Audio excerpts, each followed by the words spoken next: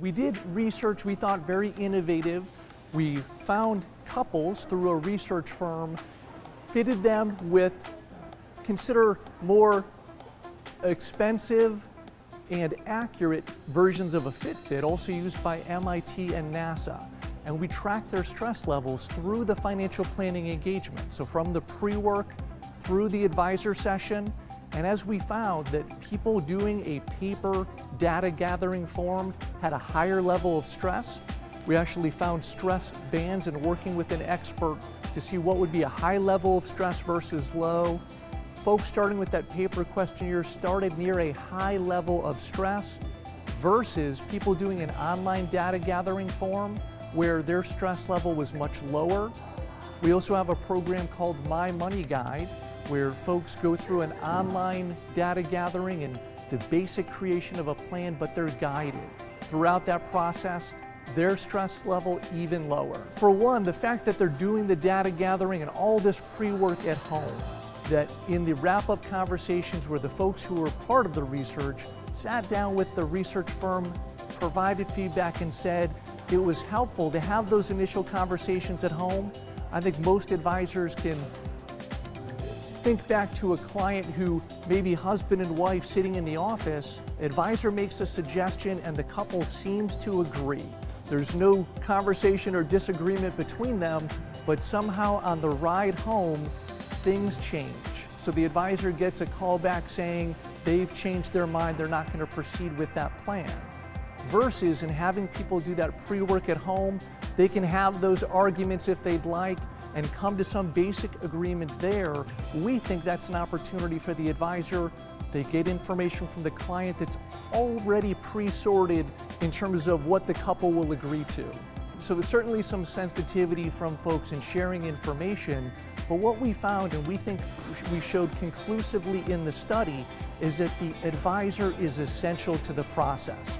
So yes, the client had a lower stress level doing the pre-work on their own, but feedback from those same people who said that they realized there was more to planning than they thought, and they wanted to sit down with someone and get help with their plan.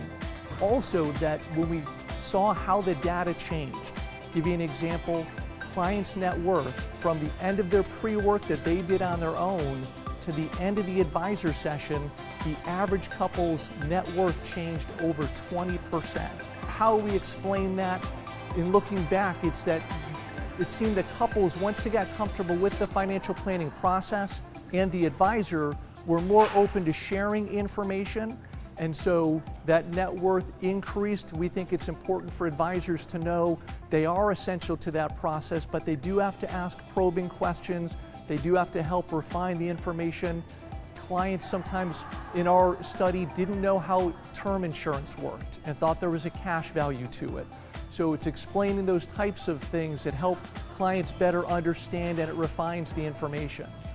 It seems they don't initially want to tell the advisor everything, but we stressed through this process, and something we encourage advisors to do, is to make sure people know why the information's important and how it's being used to make their plan more accurate.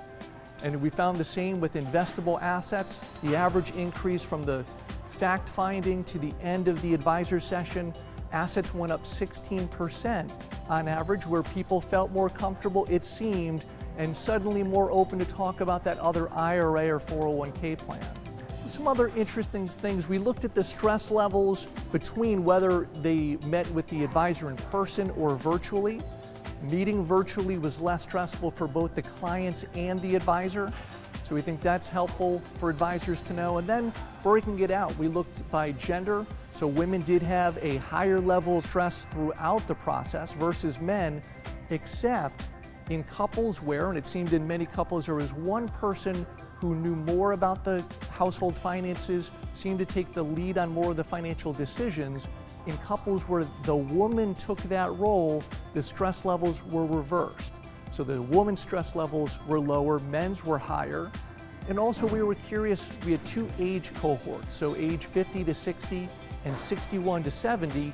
We thought that that older cohort might be a little more stressed, not because of the fallacy that older people were afraid of technology, but more that those people just had less time to make changes to their plans. What we found, just the opposite, that the younger people, that 50 to 60 age band, they were more stressed. And in talking to them about it, it seemed more of them were sandwiched, so they were paying for college expenses for their kids and starting to help their parents financially.